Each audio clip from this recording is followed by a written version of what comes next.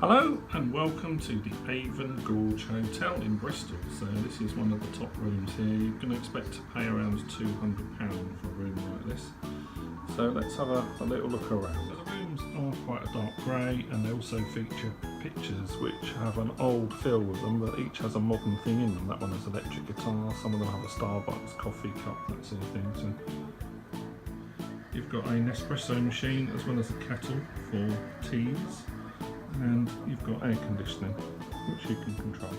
You also have a fantastic view. You can see Clifton's suspension bridge there and the very impressive patio area where you can get drinks, and you're right at the top of the gorge with a fantastic view there.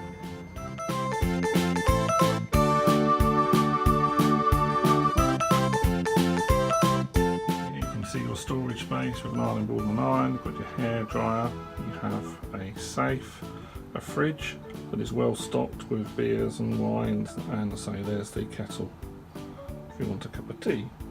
It's quite a dusty room, that's the only thing I would say. You can see some of it floating around here.